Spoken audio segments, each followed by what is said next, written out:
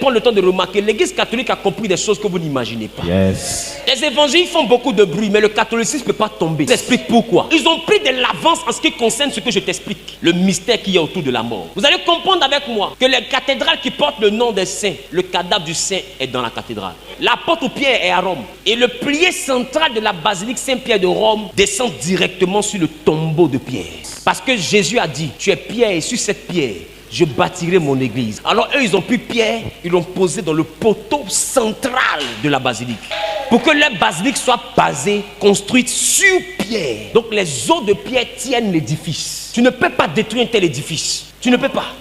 L'apôtre Jean est actuellement à Éphèse, ce que tu appelles la Turquie actuelle. Dans une cathédrale qu'on appelle la basilique plutôt Saint-Jean. Il est là, il est enseveli là. L'apôtre Jacques est aussi dans une cathédrale. Et chacun des corps est dans la cathédrale. Vous ne pouvez pas, parce qu'ils ont compris quelque chose que vous ne pouvez pas comprendre. Et ces mêmes choses-là, c'est ces choses que les vaudous ont compris. Tout le monde a compris, mais il y a quelque chose autour de la mort. Qu'est-ce que vous ne comprenez pas? Tout le mystique de l'humanité gravite autour de la mort. Les évangéliques sont faibles, parce que ce sont les seuls qui combattent la mort.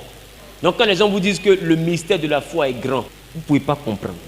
C'est pourquoi prenez le temps de remarquer, les églises évangéliques se construisent mais ne durent pas dans le temps. Il n'y a pas la force qu'il faut à l'intérieur. Il y a beaucoup de bruit mais il y a peu de puissance. Le Jésus que tu pries n'est pas un vivant, c'est un mort revenu à la vie. Commence à comprendre certaines choses.